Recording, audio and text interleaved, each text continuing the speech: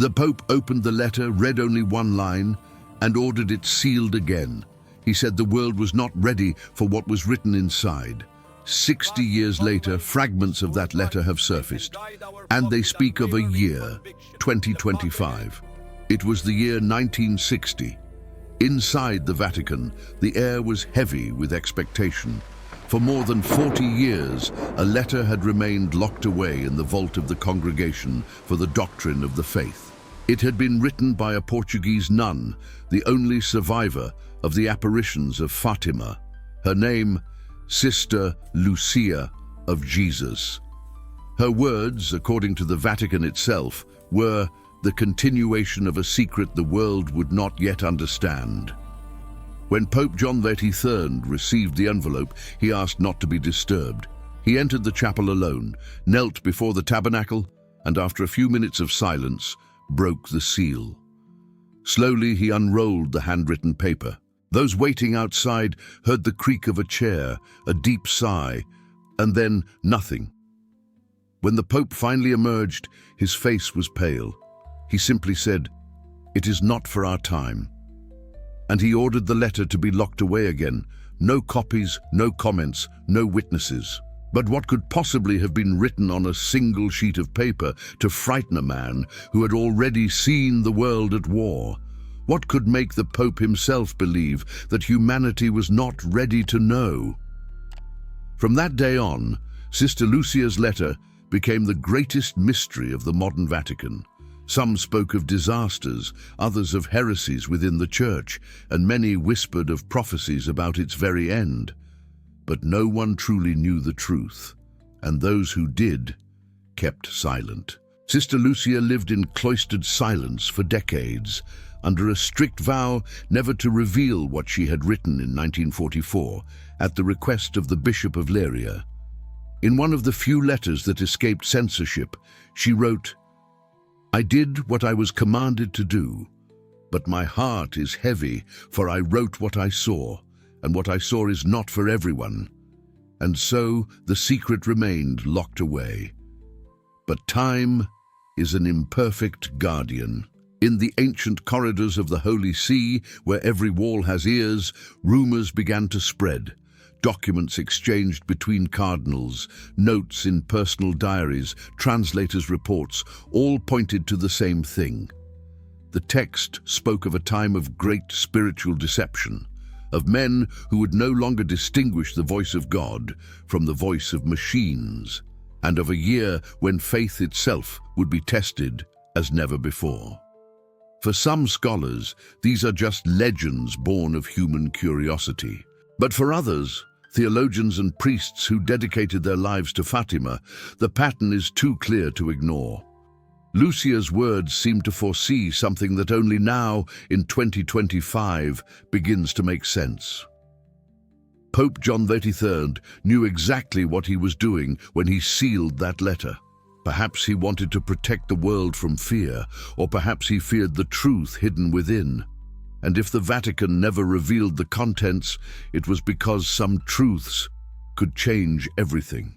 But what heaven keeps silent, earth eventually uncovers. In recent years, new fragments have appeared. Forgotten documents from private archives, interviews with aging monks, handwritten notes from an anonymous translator. And through these scattered pieces, the story begins to rebuild itself. What was really in Sister Lucia's letter, and why did the Vatican keep it hidden for so long? The answer is about to be revealed. The first fragment appeared in 1998. A forgotten document found in an old Jesuit archive in northern Italy. It was written in Portuguese, in handwriting eerily similar to Sister Lucia's. It contained only a few lines, signed simply, "Lucia, servant of the Immaculate Heart." "When the time comes," it read, "the Church will bleed not from the outside, but from within. A light that does not come from God will enter her walls, and even the shepherds will follow that false dawn." The text was immediately confiscated by Vatican officials and never acknowledged publicly, but copies had already been made. And among the few who saw them, one name stands out: Father Giancarlo Montevecchi, a theologian who later disappeared under mysterious circumstances in 2001. Before vanishing, he wrote in his personal journal, "If this letter is real, then it means we are already living inside the prophecy." His words were dismissed at the time, but 2 decades later, when technology began to dominate every aspect of life, even faith itself, his warnings started to sound less like paranoia and more like foresight. Because one line from that same fragment still echoes among those who dare to speak of it: "The voice of creation will be imitated by the creation of man." Many believe Sister Lucia foresaw the rise of artificial intelligence, a time when machines would mimic divine speech, when the sacred and synthetic would blur, a world where faith could be programmed and even prayer could be automated. Whether true or not, the Vatican's reaction was swift and absolute silence. Any mention of these so-called fragments was dismissed as fabrication. Yet the coincidences kept piling up. In 2012, an Italian researcher named Dr. Maria Bianchi claimed to have found an original envelope from the archives of the Diocese of Coimbra, sealed with the papal insignia and marked "Secreto." Inside were notes allegedly made by a translator who worked under the papal secretary in 1960. Among them the following line: "The Holy Father wept while reading it. He said, 'This cannot be revealed while faith still has walls.'" Dr. Bianchi's discovery was quickly denounced, and she was accused of fabricating evidence. Yet, within a month, her research institute was quietly visited by members of the Secretariat of State. Her materials disappeared. She never spoke publicly again. What if the reason for the secrecy was not fear, but protection? What if the Vatican believed that releasing the true text would push humanity into despair or rebellion against heaven itself? Because the second recovered fragment, translated from Portuguese to Latin, contains words that sound less like a warning and more like a countdown. When the year numbered twice 5 and 20 arrives, the great trial of faith will begin. Many will believe they serve the light, yet they will feed the darkness, and from the east shall rise a shadow clothed in compassion. Year numbered twice 5 and 20, 2025. Theologians who have analyzed the structure of the text note that Lucia often wrote in poetic, prophetic rhythms, similar to the apocalyptic visions in Revelation. The shadow clothed in compassion, they say, could symbolize a deceptive ideology or movement appearing benevolent but rooted in pride, the ancient sin. If this is true, then the third secret was never about a nuclear war, nor a political conflict. It was about a spiritual war, one already unfolding silently within the soul of humanity. And that would explain why Pope John XXIII turned pale that day. He was not looking at the end of the world. He was looking at the world we are living in right now. By the mid-1970s, the third secret of Fatima had become more rumor than revelation. But inside the Vatican, the letter was still there, guarded, read only by a handful of popes and cardinals sworn to silence. One of them, Cardinal Luigi Chiappi, later wrote in a private letter to a friend, "In the third secret, it is foretold that the great apostasy will begin at the top of the church."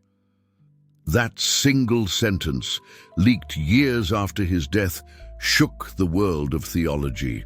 Could the prophecy truly speak of corruption not outside, but within the Holy See itself? If so, the decision to hide the letter was not an act of censorship.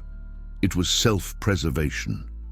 Those who knew Sister Lucia personally described her as calm, but deeply burdened. Even late in life, when asked about the third secret, she would simply say, "It is already happening." But happening where? Some claim that the prophecy was fulfilled during the moral crises that wounded the Church in the late 20th century. Others insist the true fulfillment lies ahead, in a global confusion of truth itself. And yet, in the archives of the Pontifical Academy for Theology, one testimony remains largely ignored. a report from a Jesuit priest, Father Augustin Salvi, who translated Lucia's letter into Latin in 1960.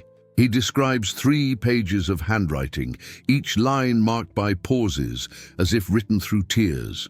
Salvi's personal note at the end reads, "This is not about war or punishment, but about substitution, man seeking to replace his creator." Those words now sound prophetic, because as technology evolves, as morality bends, humanity indeed seems determined to play God. And that may be what Lucia saw. Not fire raining from the sky, but the slow burning of faith itself. Inside the Vatican, the debate resurfaced in the early 2000s, when new popes were granted access to the archives. According to Vatican historian Monsignor Pietro Balducci, one pope privately wept after reading the text, whispering, "It speaks not of destruction but of deception, and we are already inside it." If that statement is genuine, it means the letter doesn't predict a single event, but an age, an era of confusion where truth becomes relative and good is disguised as mercy. Around that time, a strange directive was issued. The Vatican began digitizing all Fatima documents, but left the third secret unscanned, stored only in physical form, under double lock. 2 guards are said to watch the archive day and night. Why guard a letter if its content was already officially revealed? Why maintain the illusion of secrecy if nothing dangerous remained inside? Perhaps because there are still things even the Church fears to confront. Whispers persist among clergy who claim to have seen a different text, longer, darker, more explicit. One fragment allegedly mentions a counsel that will confuse and a silence that will kill. Could this refer to the modern struggles within the Church? The polarization, the fading of reverence, the battle between tradition and change? Many theologians think so. They say Lucia's prophecy describes a future where even believers no longer recognize holiness, where compassion is weaponized and the sacred is diluted. And as the year 2025 draws near, more voices rise, warning that what was hidden for 60 years is not a warning from the past, but a mirror held before the present. Because the true danger, as Sister Lucia once wrote, is not that the world will stop believing in God, but that it will believe it no longer needs him. Sister Lucia died in February of 2005. For years, she had been blind, frail, and silent, yet those who visited her cell in the Carmel of Coimbra say her presence still carried a strange peace, as if she were living between 2 worlds. One of the nuns who tended to her in her last days later revealed something that was never included in official biographies. The night before her death, Lucia asked for paper. Her hand trembled, but she wrote a few lines. The note was placed in an envelope, sealed, and given to her confessor with the words, "It is for when the silence becomes unbearable." No one knows what became of that final letter. Some believe it was destroyed, others claim it lies in the same Vatican vault as the first one, waiting like a candle hidden in the dark. But one phrase allegedly survived, repeated by the nun who saw it with her own eyes. "The last deception will come wrapped in mercy, and many will call it love." Those words, if true, pierce to the very heart of our age, because now, more than ever, the world seems to blur mercy with permission, truth with convenience, holiness with comfort. And in that confusion, faith begins to lose its edge, not by denial, but by dilution. Theologians say this was always the essence of the third secret. Not the end of the world, but the end of distinction, the day when the sacred and the profane would become indistinguishable, when the Church would no longer be persecuted by enemies, but seduced by imitation. And so, the words of Lucia echo like a lament. The smoke will enter the temple, and hearts will forget that light once burned there. Whether these fragments are authentic or not, their message is undeniable. They speak to a spiritual drought that no science can cure, a famine of meaning, an eclipse of truth. The silence that the Vatican once sealed was perhaps not meant to hide horror, but to delay despair, to buy time for conversion, to give humanity one more chance to return before the warning becomes reality. Because prophecy in the end is not about prediction. It is about invitation. Every warning from heaven carries an open door, a whisper that says, "Come back while you can." And that may be why The Secret was never meant for 1960, but for now. For an age where belief has become data and souls measure their worth in screens and algorithms. For a generation that mistakes noise for presence and forgets that silence was once the sound of prayer. Maybe this is what Sister Lucia saw, not a punishment, but a mirror, not God's anger, but his heartbreak. And perhaps the reason the Pope turned pale that day was not because he feared what would happen, but because he knew it had already begun. So now, as you hear these words, ask yourself, if the letter truly speaks of our time, what would you do differently? Would you pray more, forgive more, listen deeper? Because if the prophecy is real, the battle it speaks of is not out there. It is in the heart. In yours and in mine. The secret is no longer hidden in a Vatican vault. It lives in every choice we make between truth and illusion, between pride and surrender, between fear and faith. And maybe that is what heaven wanted us to discover all along.